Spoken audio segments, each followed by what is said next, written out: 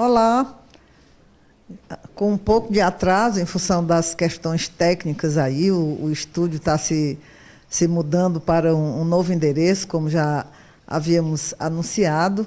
Estamos aqui com o visual em trânsito, pois é. Mas cumprindo aqui o nosso compromisso do nosso encontro, através da criticaradical.noar.tv, mais uma vez registrando aí o esforço dos companheiros aí da equipe da Noar.tv para, mesmo estando nesse processo de mudança, não deixarmos de fazer o nosso programa.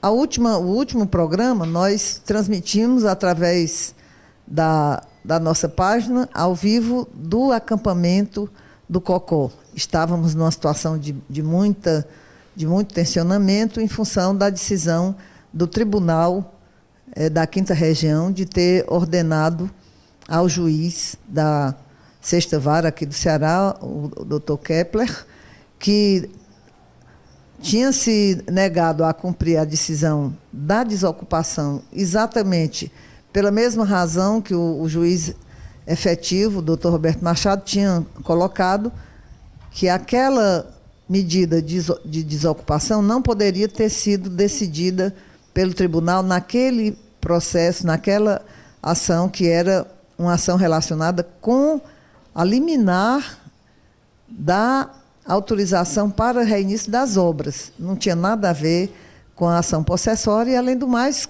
como disse o juiz, a União tinha afirmado a posse sobre o terreno, então não caberia à prefeitura pedir reintegração de posse. Na verdade, o tribunal agiu como um tribunal de exceção, efetivamente, não é?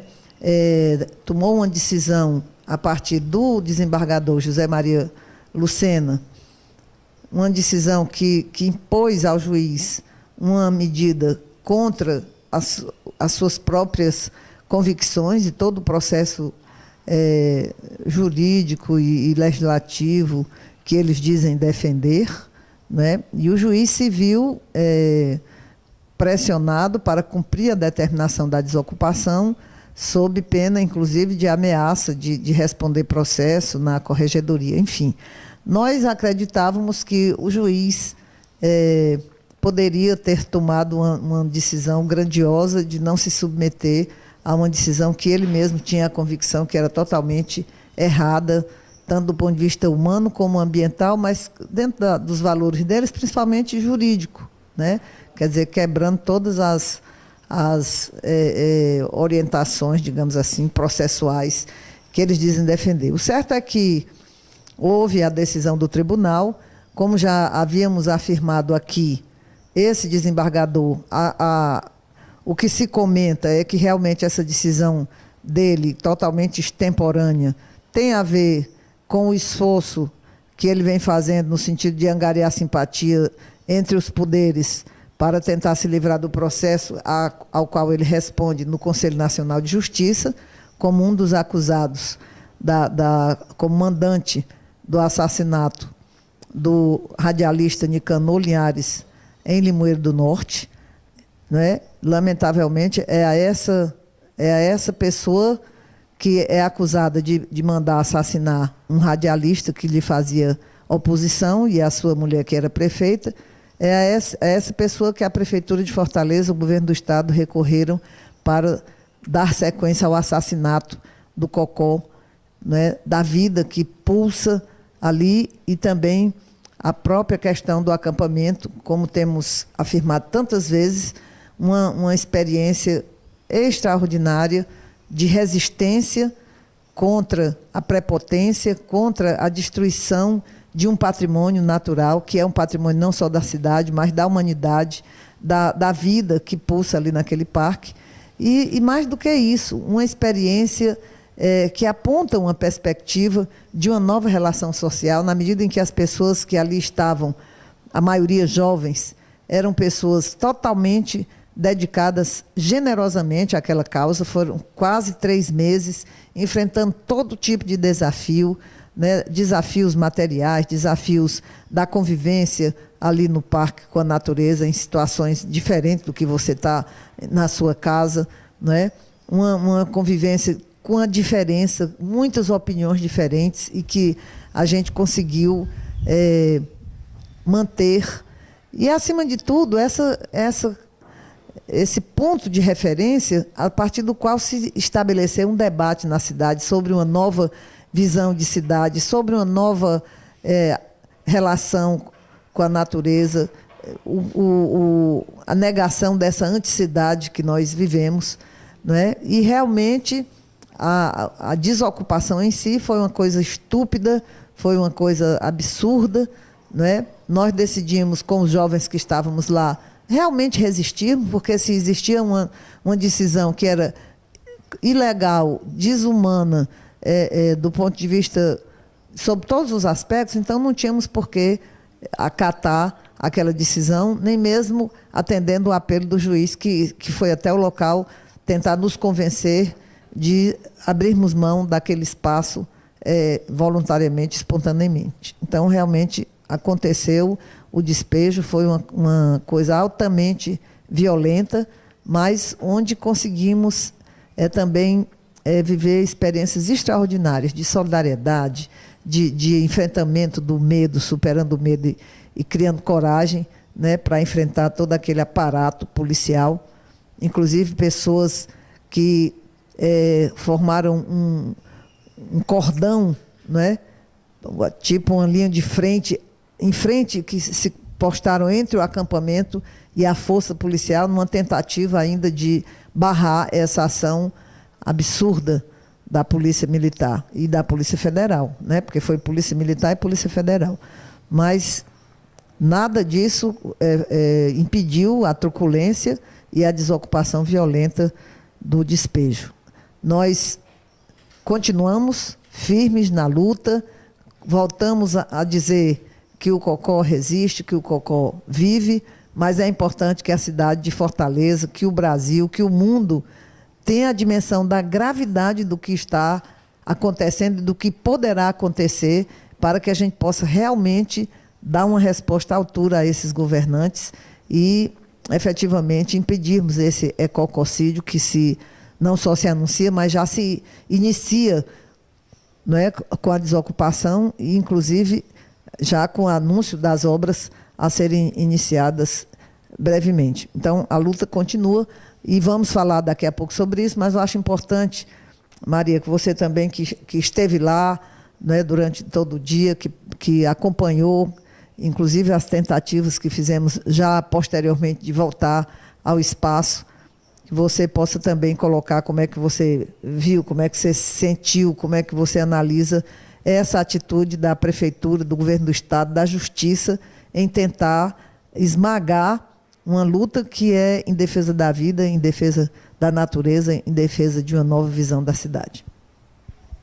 Bom, primeiro, eu queria, Rosa, dizer a todas as pessoas que estão partilhando esse momento de reflexão conosco, que eu concordo. O Valdemar Menezes, em seu artigo no jornal O Povo, ele disse que presenciávamos cenas que aqui no Ceará alguns viram há 100 anos, quando o povo de Fortaleza, mulheres e crianças, enfrentaram os Accioli, a oligarquia Accioli, ou também momentos que nós vimos no passado das forças da ditadura militar tentando impedir que brotassem novas formas de pensar e novas formas de agir, principalmente da juventude de Fortaleza. E agora, o que é que a gente viu ali no Cocó? Não só naquele momento, aqueles atos terríveis de violência que demonstram a natureza do Estado. Eu queria dizer que nós vimos 3 coisas patentes ali no Cocó, expressas naquele momento, mas que devem acompanhar a nossa reflexão. Uma é que o Estado não tem como resolver os problemas da cidade, os problemas da população. E, em não tendo como resolver, ele usa da forma repressiva como instrumento que é próprio do Estado capitalista. O capitalismo, a gente sempre afirma, se impôs pelas armas, se impôs pela força. E você fala da política, da democracia, como elementos que constituem o Estado capitalista. No entanto, não é a mediação, não é a tentativa de superação das dificuldades que permeiam o exercício democrático. O que permeia o desempenho da política é o uso da força.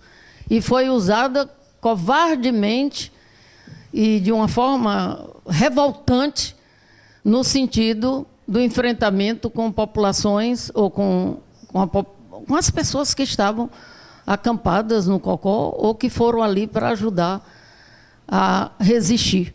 Então, denunciar isso aí, essa utilização absurda da força e que vem se repetindo nos mais diferentes atos pelo Brasil afora.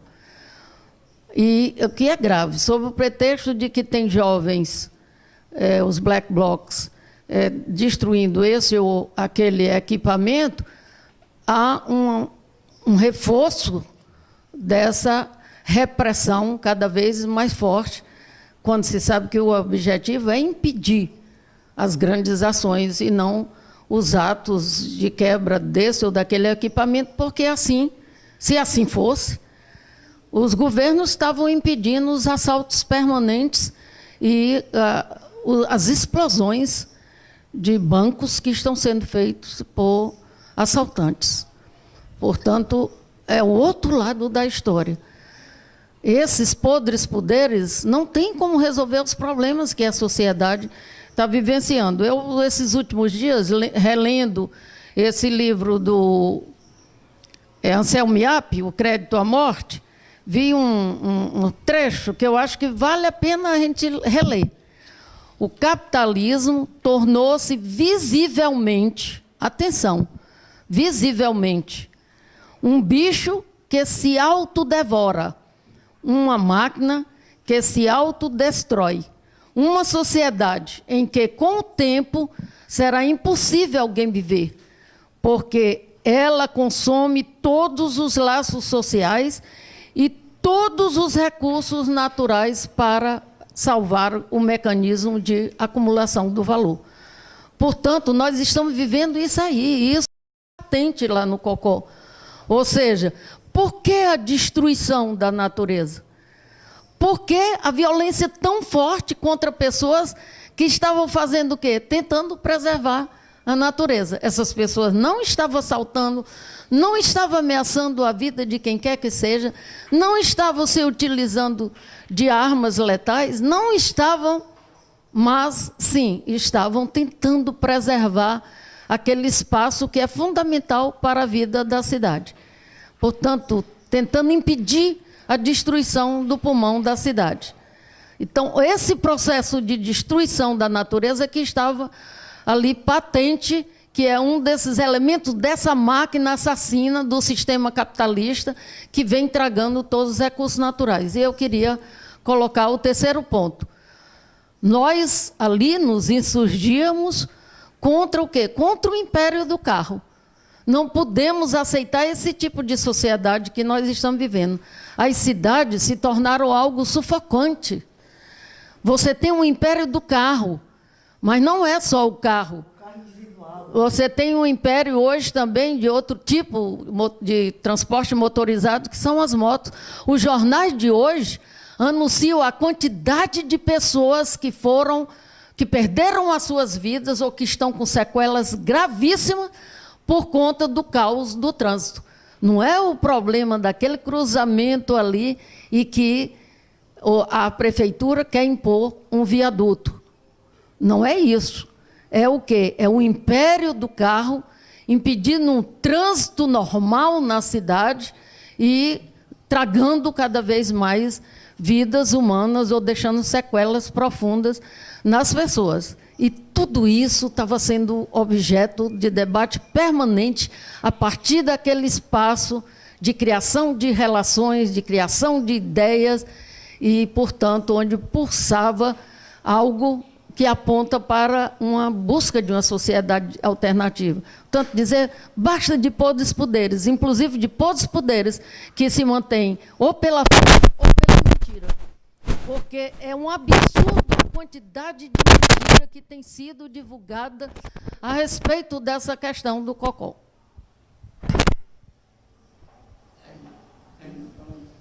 Caiu?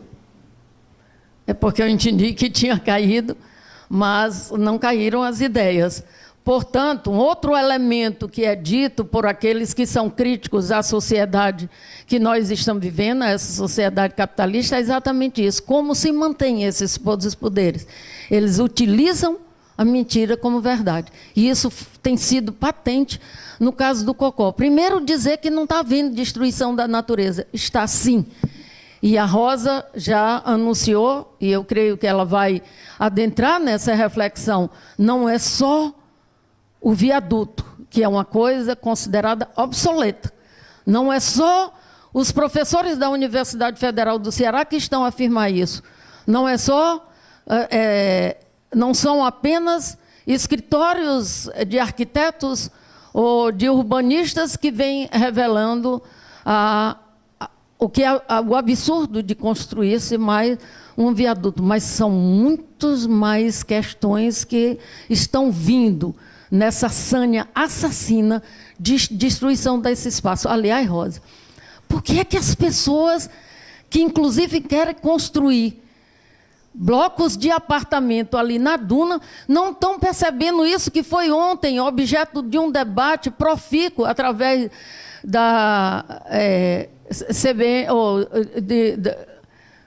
bom, está faltando aqui o nome correto, mas é um debate que houve ontem na Globo News, a respeito não só do aumento da temperatura, portanto, esse calor absurdo que nós estamos vivenciando, aquecimento global, mas a ameaça de tsunamis. Eles diziam, as pessoas que estão morando próximo ao mar, elas são os mais ameaçados. E como se as pessoas não estão percebendo isso, e construtoras, portanto, buscando amealhar mais recursos, oferecem apartamentos que amanhã podem ser derrubados pelo mar. Qual é a ética neste processo urbanístico que nós estamos assistindo em nossa cidade? É isso aí, Maria. Realmente é uma situação dramática, né? E nós não vamos nos calar e vamos continuar fazendo tudo o que for possível para contribuir no sentido da construção desse movimento social que realmente tenha como objetivo sair fora dessa lógica assassina, né, destrutiva e autodestrutiva, e abra realmente uma perspectiva.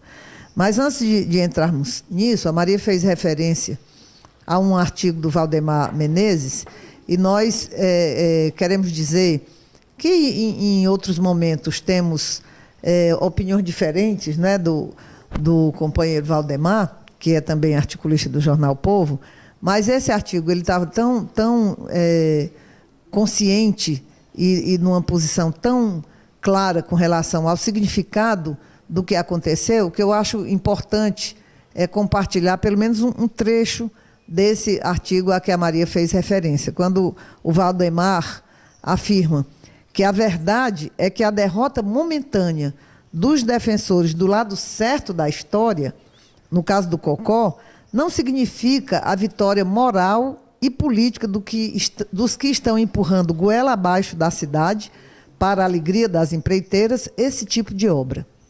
Essa é a convicção de observadores calejados da cena política local. Não custa esperar, segundo esse entendimento, os desdobramentos no futuro próximo, para o bem e para o mal. Fica a certeza, no entanto, de que os atuais defensores do cocó serão motivo de orgulho para seus descendentes, quando, no futuro, se olhar para trás e se focar este momento. É improvável que aconteça o mesmo com os que terão tido ascendentes perfilados do outro lado da trama histórica. Portanto, nós não temos dúvida de que essa quase que premonição histórica que faz o Valdemar Menezes se concretizará. Os que estão hoje empenhadas em destruir os recursos naturais, em tentar destruir o sonho de uma sociedade diferente, né, que usam a força e que vão no dia seguinte, como foi o caso do prefeito, né, cinicamente, após umas cenas tão terríveis de violência, vai no dia seguinte achando graça na frente de um trator. Como disse uma companheira professora, qual é o símbolo da gestão do Roberto Cláudio? É um trator e a polícia, né? Porque, infelizmente, é uma visão de anticidade, é uma visão de cidade que não tem a sensibilidade para com a natureza e para as pessoas. É o império não só do carro, como você já fez referência, Maria, mas é o concreto, são as obras, é o dinheiro. São 8 bilhões que estão à disposição da Prefeitura e do Governo do Estado para fazer essas obras. Elas têm que ser feitas por cima de pau e pedra, como disse um jovem do grupo de direitos urbanos ligados à arquitetura da UFC e a outros profissionais da área, né, quando ele dizia, Maria, que é uma coisa tão irracional, porque esse Transfor foi uma coisa planejada, proposta, na verdade, ainda na administração Juracy Magalhães, na primeira administração do doutor Juracy, que, inclusive, já na época, já estava defasada. E tantos anos depois, mais de 10 anos depois, sem fazer um estudo prévio da origem e destino das pessoas, da quantidade de carros que efetivamente seria necessário coibir esse trânsito, a questão do transporte coletivo, nada disso foi recomposto, esses estudos não foram feitos. Então, Fortaleza não tem realmente um plano de mobilidade urbana, quer dizer, são as obras pelas obras, com o argumento da Copa, não é?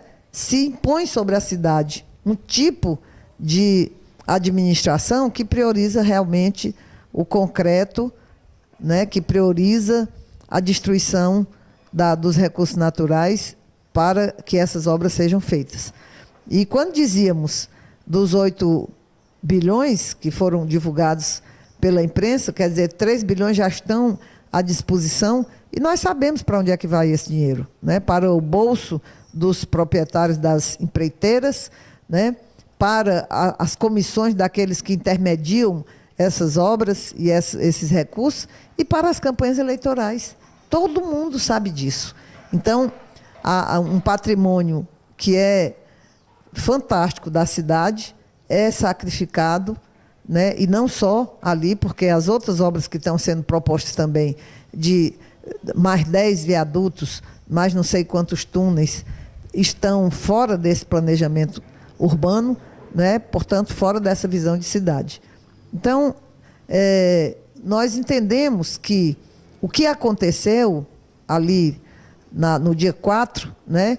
Inclusive, de forma coincidentemente, o dia que se comemora o nascimento de um santo que era ligado São Francisco, né, que é ligado à defesa da natureza e que também se coloca como instrumento da paz. Então, foi exatamente nessa data que o prefeito, o Tribunal de Justiça, o juiz, a polícia, todos eles escolheram para cometer aquele assassinato, parte daquele assassinato, né? Mas nós acreditamos que o povo, como já falei, o povo de Fortaleza vai se organizar mais ainda, vai reagir, não vai permitir. Porque nós constatamos cada vez mais que aquilo que detectamos há uns 15 dias atrás, que os viadutos eram apenas a ponta do iceberg, né? Que o plano para o assassinato do Cocó é muito maior. Por isso, é só vendo como houve muita discussão em torno deste acampamento. O professor Josênio disse que eu citasse O exemplo de São Francisco, quando o seu irmão encontrou uma moeda, no passado, lógico, e São Francisco disse para ele, na época não era São Francisco ainda, era Francisco, que ele soltasse aquela moeda, senão ele ia ver o mundo a partir da moeda. Eu quero dizer que esta é a reflexão que vem permeando. Como sair dessa lógica tão cruel, onde a acumulação do dinheiro, o alto movimento do dinheiro é que determina o fim do sistema e a essa lógica a qual todos nós estamos submetidos. Como ver o mundo a partir da natureza e da sua preservação, e não a partir de uma moeda que indica assassinato e acumulação. Então, é o dilema que está colocado e que eu acredito que nós temos todas as condições de enfrentar este desafio. Aliás, essa questão foi colocada de forma emblemática por um dos jovens que foi despejado, né? O companheiro Lucas, que personificava o macaco, né? E por isso carinhosamente se apresenta como Lucas Macaco. Então, Lucas teve, inclusive, no desdobramento do despejo, teve a sua indumentária de macaco também destruída, né? Mas ele fez assim, tipo uma performance na plenária que realizamos domingo, muito interessante, em que ele pegou uma nota de R$5, vestido de São Francisco, pega uma nota de R$5 e mostra como a ave que tem ali naquele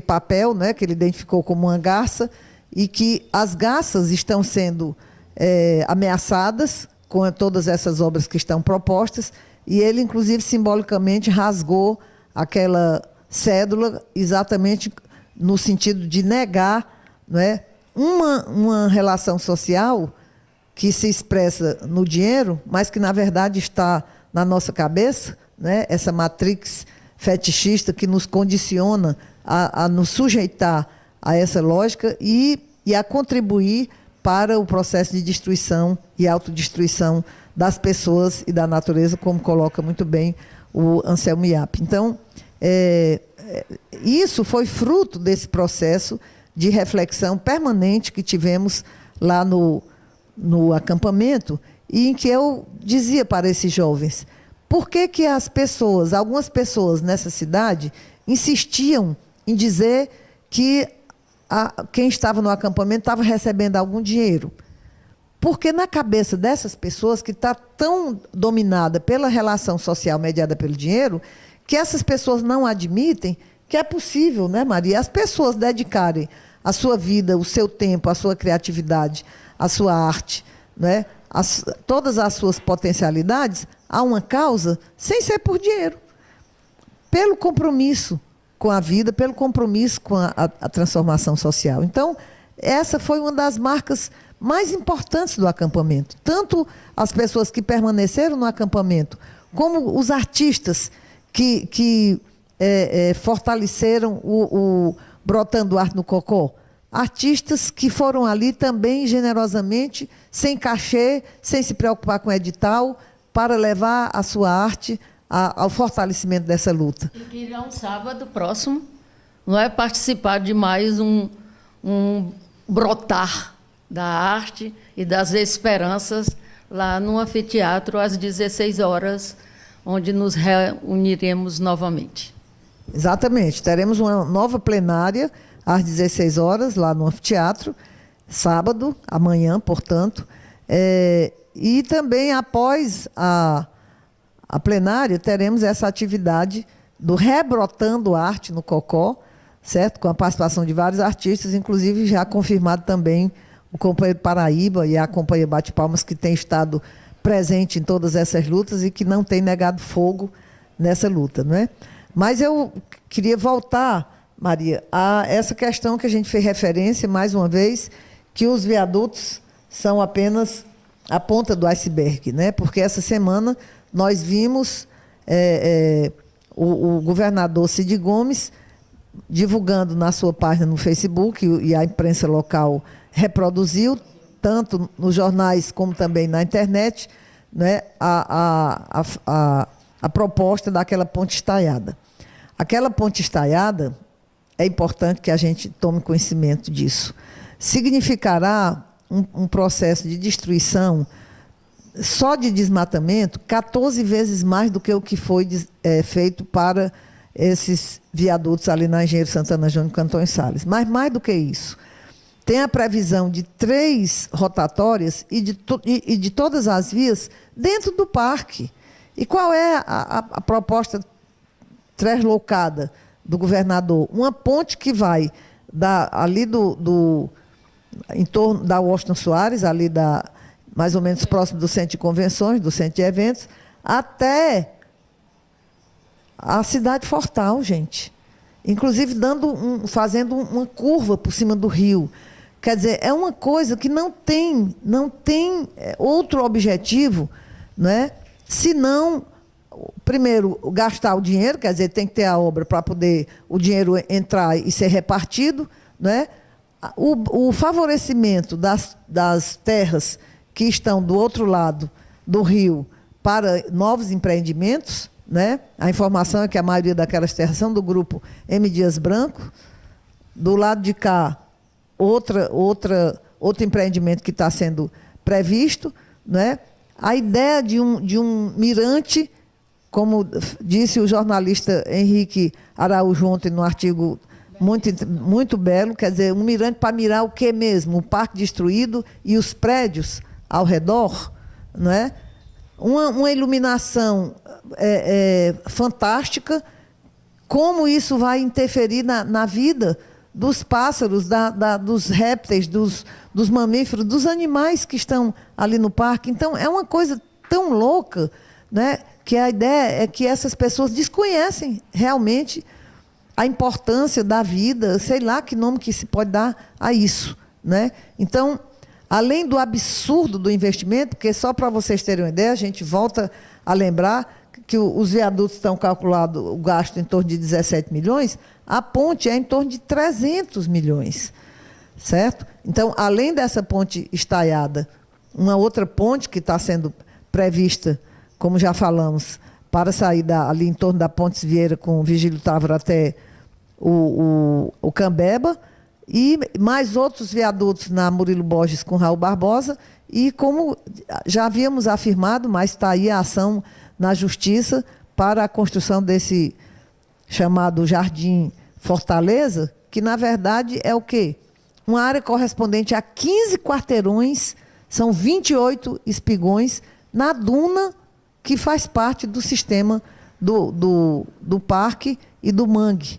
Porque sem as dunas para absorverem a água da chuva e alimentar o mangue num processo de equilíbrio, não é, do ecossistema, isso poderá trazer um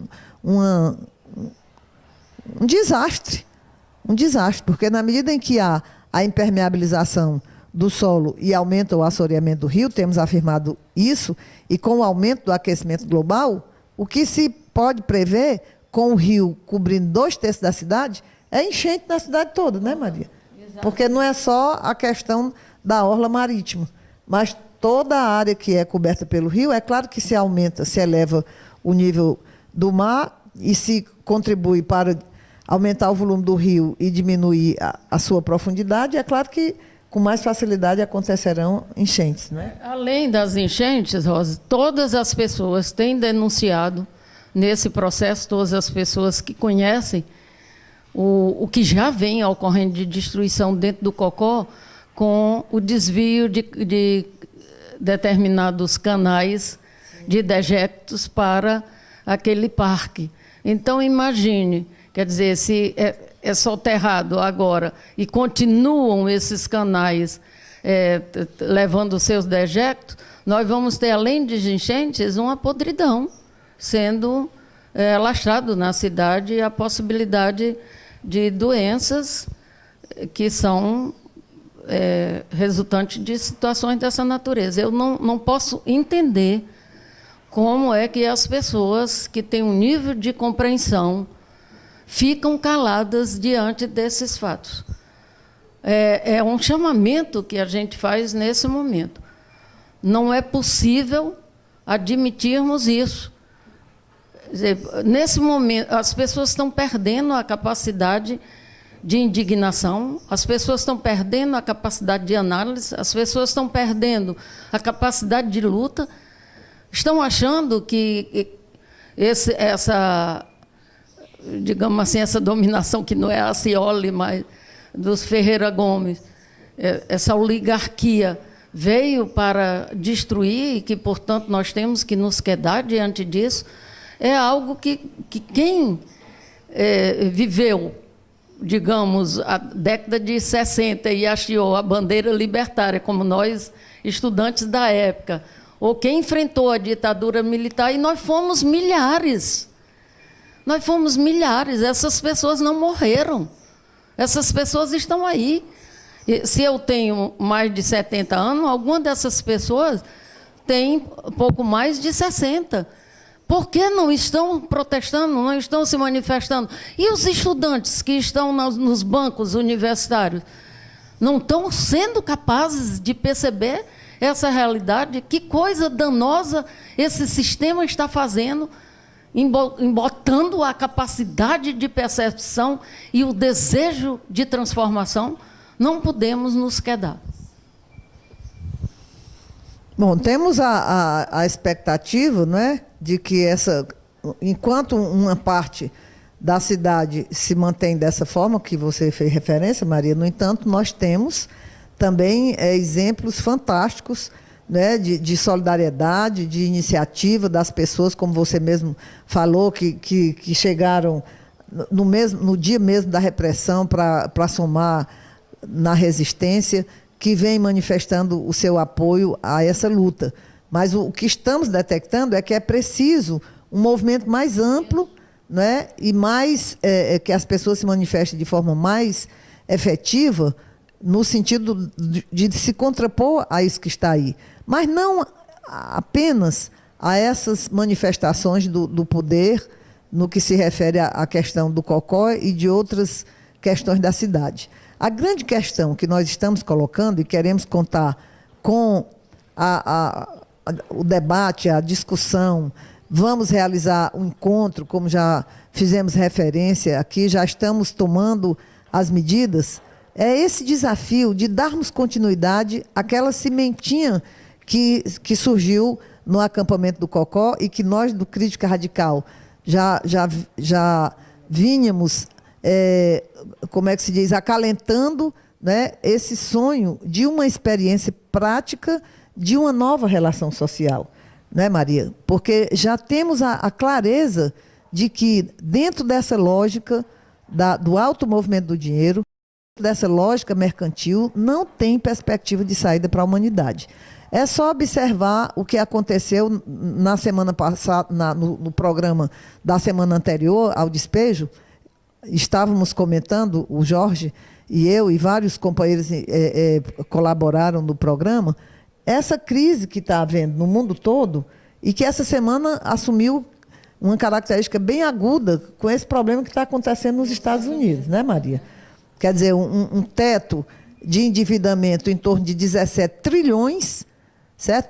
De endividamento, e que está alcançando o teto e que o governo está desesperadamente apelando ao Congresso para que amplie esse teto, sob pena dos Estados Unidos entrarem em bancarrota e, consequentemente, puxar o resto. Diga aí, Maria, sobre isso. Digo, não só essa questão, que mostra também os limites da política. Exatamente. Como é que se entende pessoas, aí vem lá, pessoas esclarecidas, levarem uma economia que é considerada a maior do mundo a um colapso do que nós estamos assistindo. E também, será que essas pessoas não estão percebendo que quem é que os Estados Unidos atinge de imediato? A China. É o maior devedor. Então, como... o maior mercado consumidor. Sim, o mercado consumidor. Quer dizer, que se ele não tem dinheiro para pagar o que deve à China, então imediatamente cessarão as relações comerciais. Então, você tem um reflexo na segunda maior economia, que é a da China no presente momento. Não é? E a gente está vendo também, Rosa, na Europa, a Alemanha, que vinha tão firme, já também se ressentindo dessa questão. Sem contar os países como Espanha, como a situação da Grécia. Então, é um chamamento que nós temos que fazer nesse sentido. Não é só preservar o cocó, é a capacidade de nós preservarmos a humanidade. Porque se o sistema entra em colapso total e não há uma alternativa para a humanidade, nós iremos todos no despenhadeiro. É isso aí. Então, é importante percebermos isso. Há esse aprofundamento da crise, né? Foi com essa questão que esse embate que está acontecendo nos Estados Unidos, houve uma queda generalizada das bolsas no mundo todo, né? Agora, só com a possibilidade de ampliar, é importante as pessoas estarem atentas com isso, com a possibilidade de ampliar o teto da dívida, ou seja, de ampliar a capacidade de endividamento dos Estados Unidos, já se dá uma certa mudança nas bolsas. Como se isso fosse representar a solução. É uma coisa realmente louca. Certo? Então, aprofunda-se o buraco, certo? Então, é como se, na verdade, estava chegando no fundo do poço, então, cava mais um pouco do poço para poder aumentar o fundo. É isso, na verdade. Quando eles dizem o teto da dívida, na verdade, é o fundo do poço. O sistema já chegou no fundo do poço e se quer aprofundar mais ainda esse poço para a humanidade e o planeta afundarem juntos.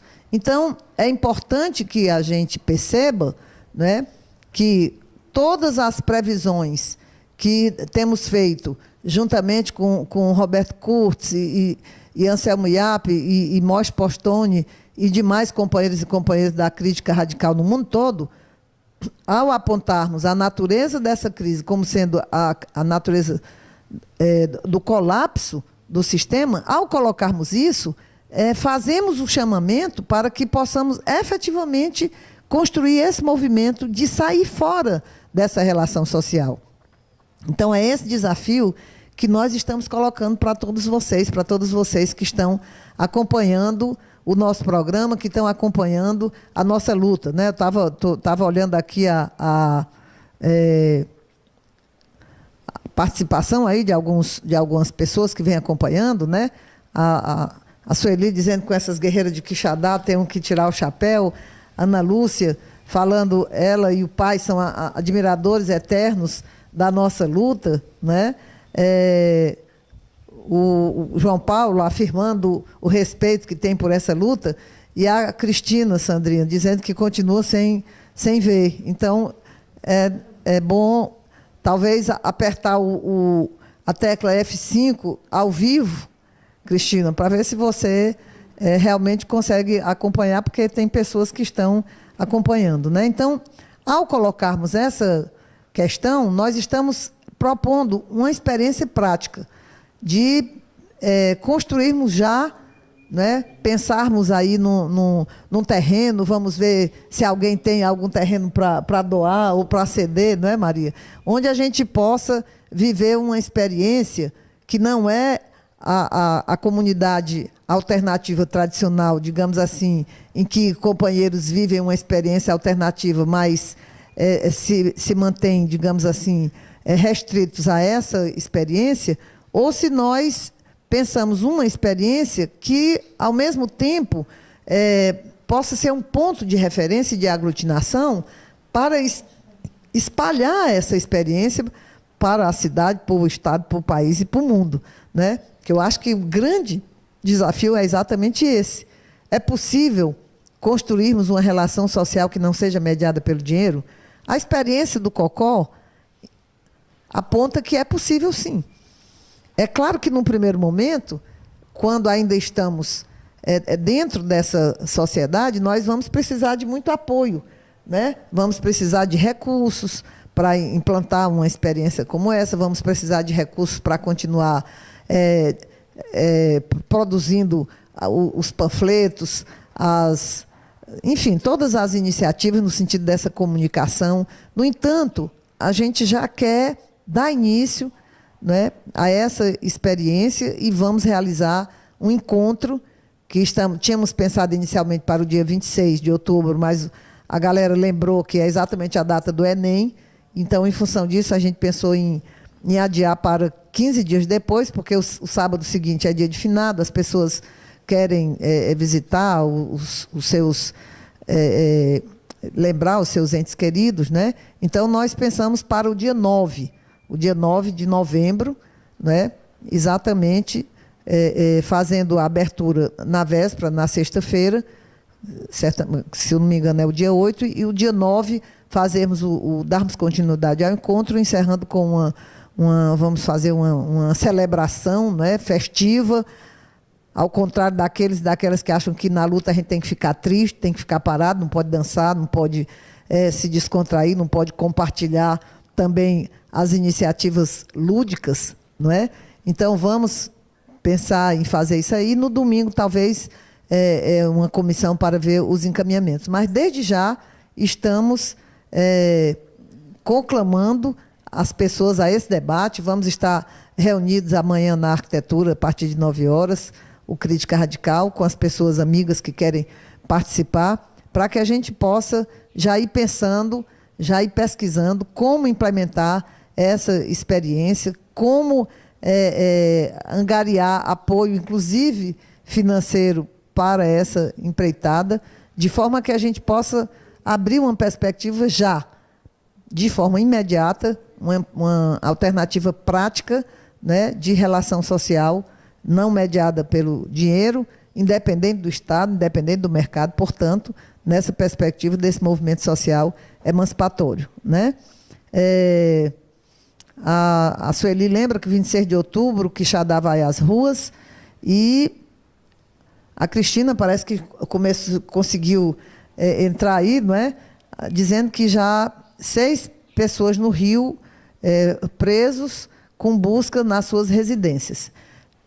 Inclusive, ontem, na reunião que fizemos lá no anfiteatro, chamamos a atenção sobre isso. A Cristina, inclusive, fez essa proposta de que possamos, se na época da ditadura organizamos um movimento contra a ditadura e pela anistia, Maria, está se fazendo necessário realmente um movimento que se contraponha a essa violência do Estado, a essa repressão desmedida que está acontecendo com os movimentos sociais, o que demonstra, você colocou muito bem, a incapacidade do Estado de responder aos anseios dessa juventude em particular, mas também de outros segmentos que vão à luta, ainda dentro da imanência, né? Os professores, por exemplo,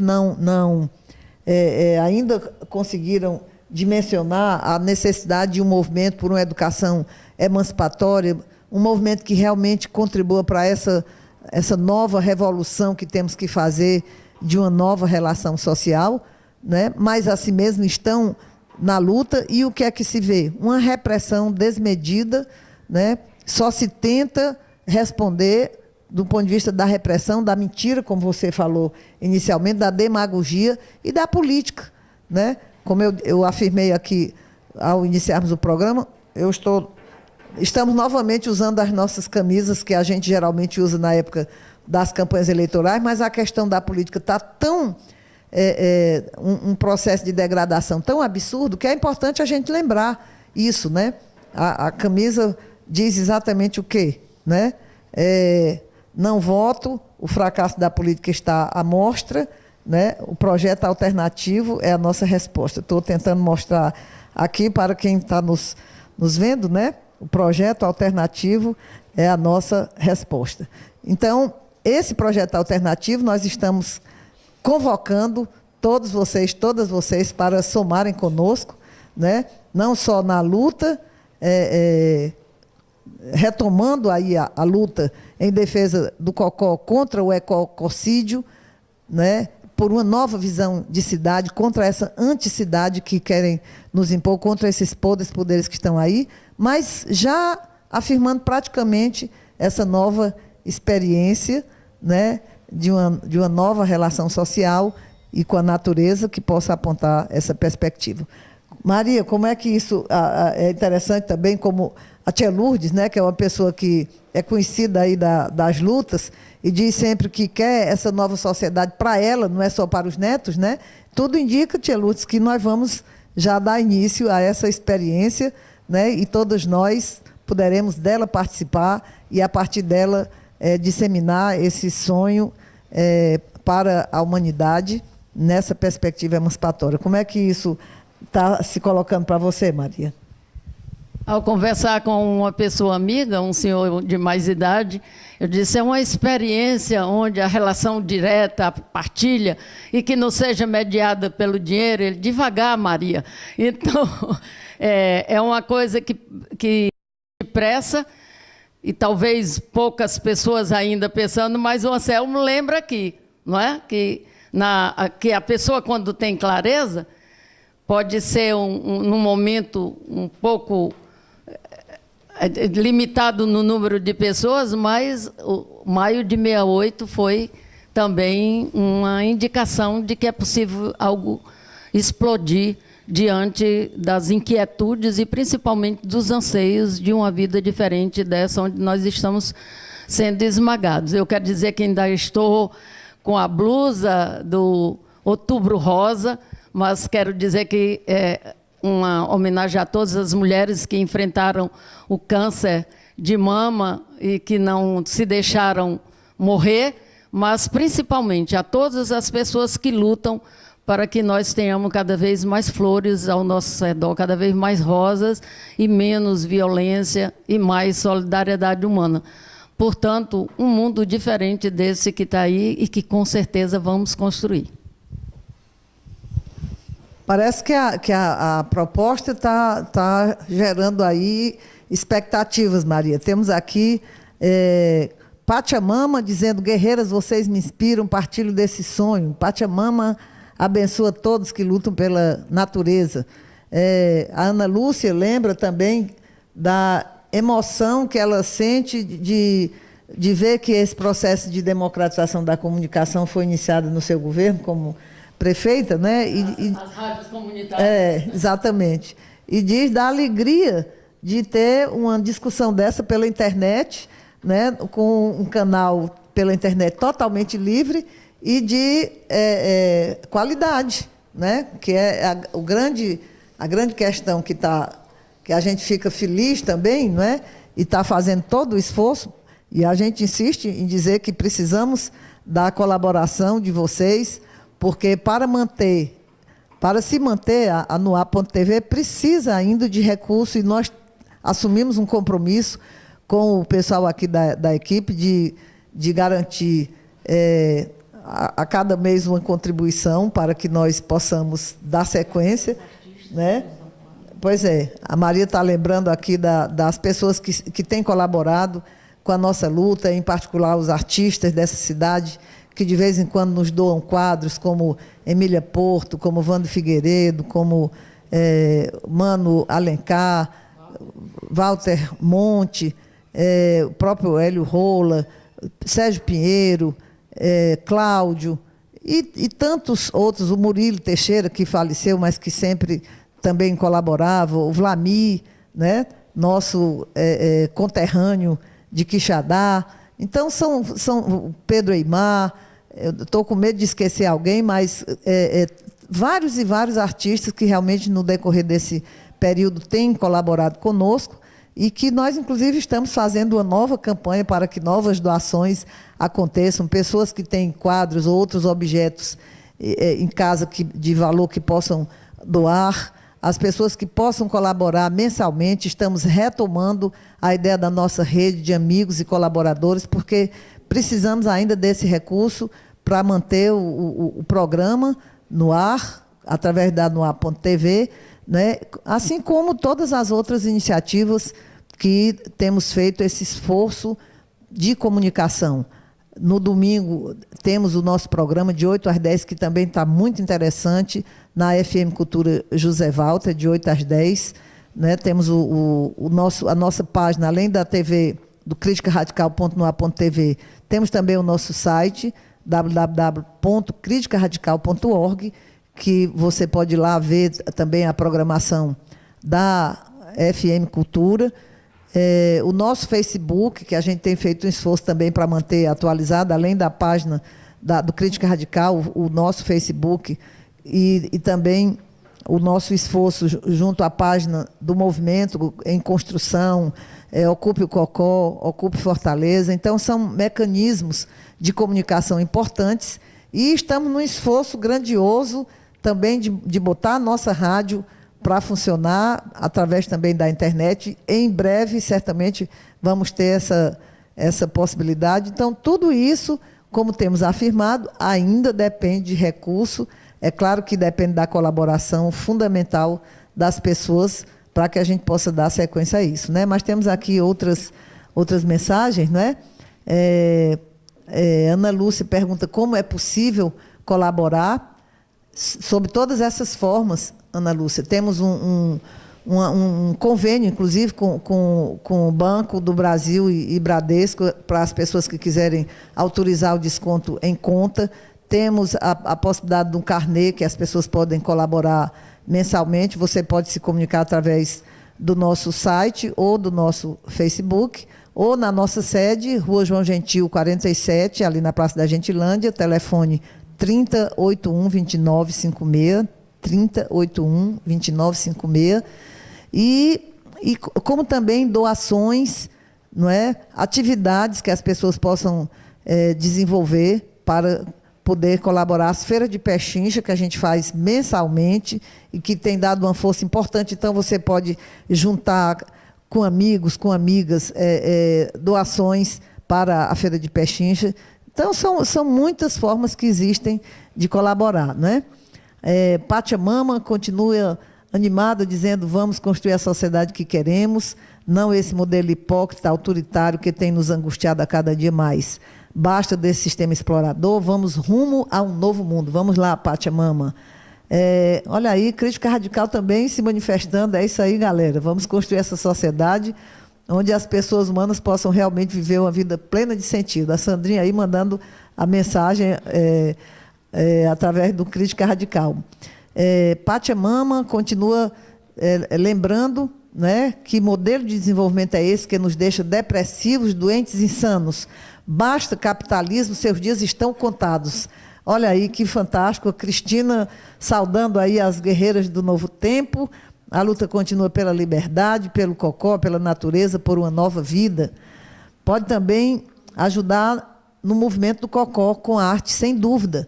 Como já afirmamos, amanhã teremos, a partir das 16 horas, a plenária e após o Rebrotando Arte no Cocó.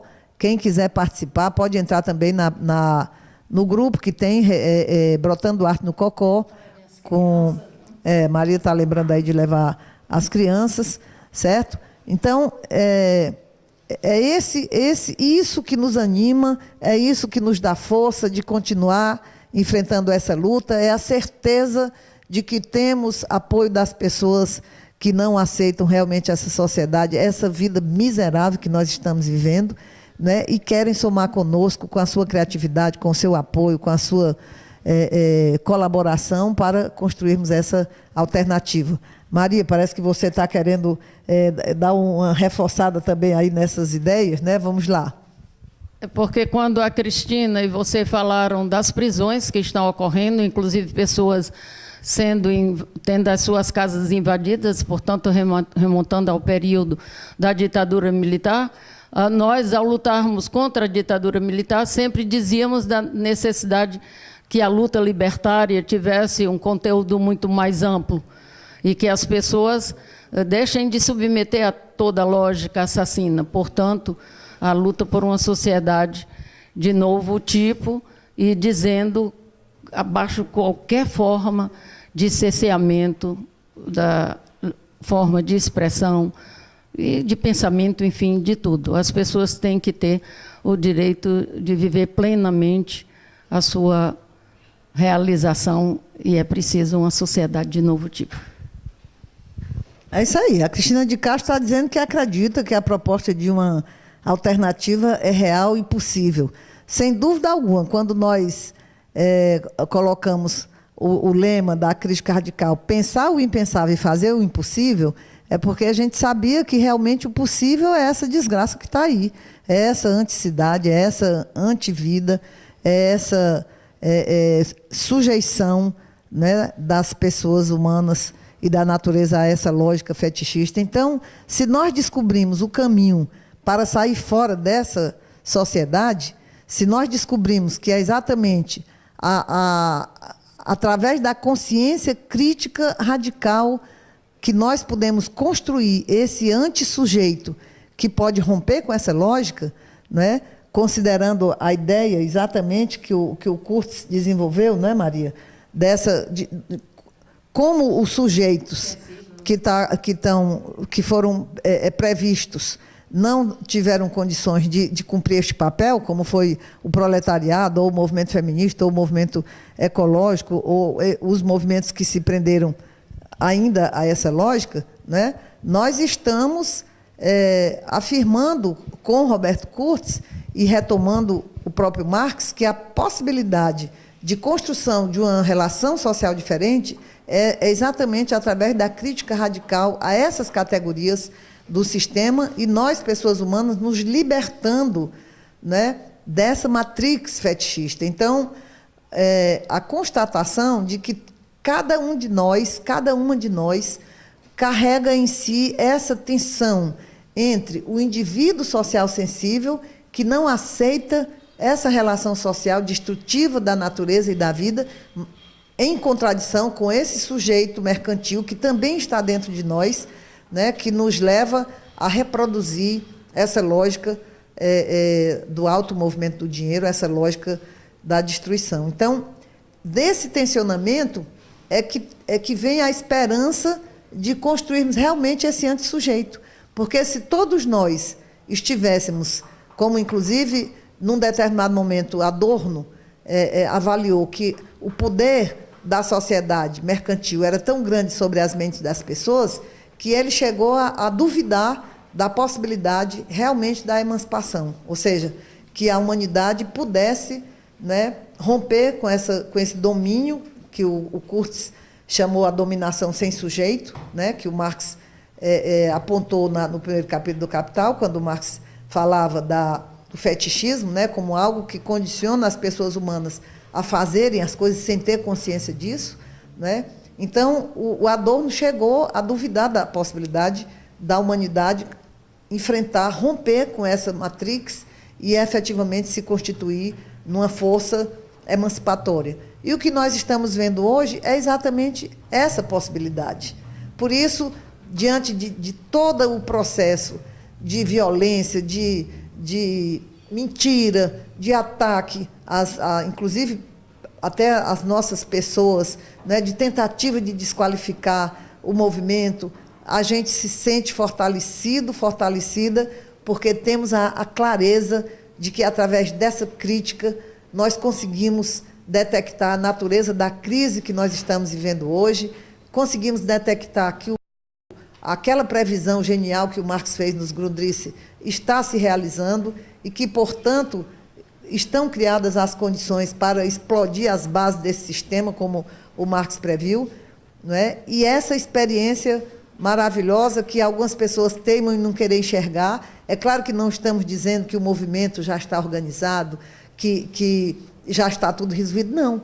Mas como afirmamos desde o primeiro momento, aquela sementinha que brotou ali no acampamento do Cocó, nós queremos que ela se transforme numa árvore frondosa e queremos contar com a participação de todas as pessoas humanas que ainda sentem em si esse tensionamento entre o sujeito, entre o indivíduo social sensível, que não aceita essa sociedade, que quer negar essa relação social, que quer romper com essa situação social, e ainda esse sujeito mercantil que nos impõe continuar submetido a essa lógica. Então, vamos ter a coragem né, de enfrentar esse novo. Não temos fórmula pronta e acabada, mas temos a clareza que é possível, né, e que já está na hora de partirmos para essa experiência prática, né, mais consistente no sentido de apontar essa nova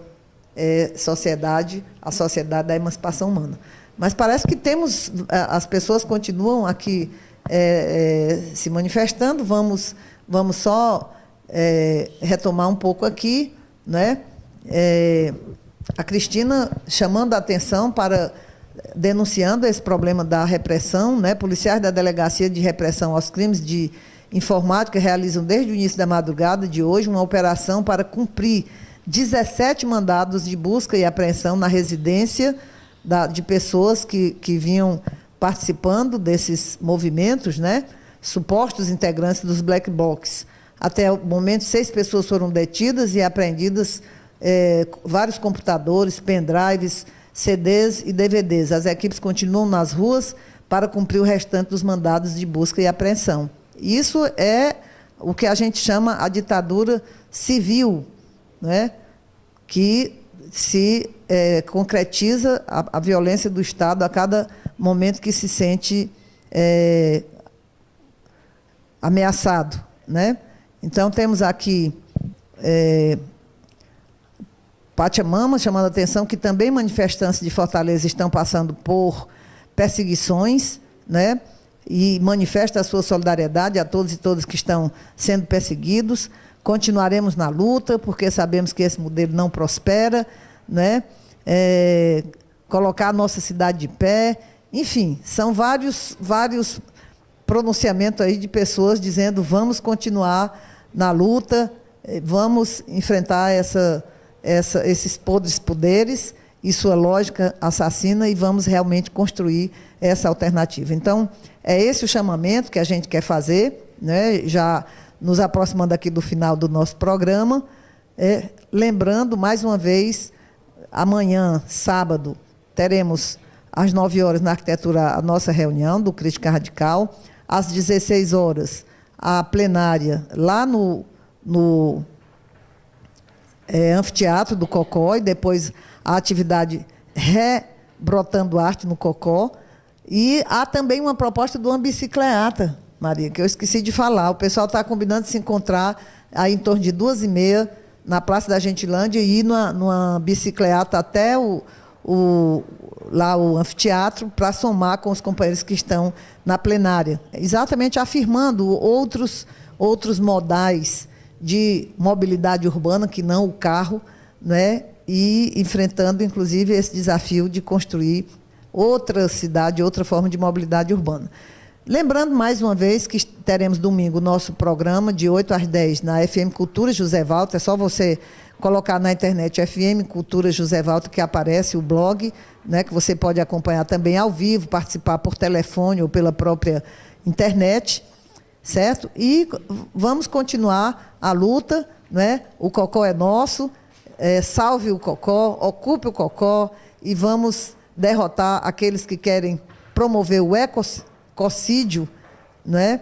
E também nos preparar e tomar as medidas práticas para construirmos já essa alternativa em Fortaleza como referência para articularmos com companheiros em outros estados, em outros países e efetivamente abrirmos essa perspectiva para a humanidade e para o planeta.